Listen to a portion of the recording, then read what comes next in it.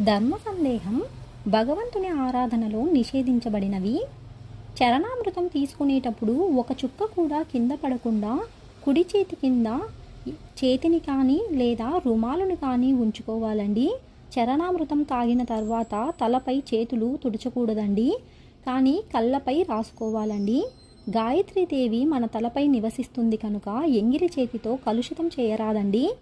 పెళ్లి కాని ఆడపిల్లల పాదాలు పెద్దలు తాకడం మహాపాపమండి. తాగుబోతులు భైరవుడు కాకుండా వేరే దేవాలయాల్లోకి ప్రవేశించడం నిషేధమండి. ఆలయంలోకి ప్రవేశించేటప్పుడు ముందుగా కుడి పాదం, బయటికి వెళ్ళేటప్పుడు ఎడమ పాదం ఉంచాలండి. పగిన శబ్దం వచ్చేంత బిగ్గరగా గంటను మోగించరాదండి. గుడికెళ్ళడానికి ఒక జత బట్టలు విడిగా శుద్ధిగా ఉంచుకోవాలండి. దేవాలయం మీ ఇంటికి చాలా దగ్గరలో ఉంటే పాదరక్షలు లేకుండా నడిచి వెళ్ళాలండి.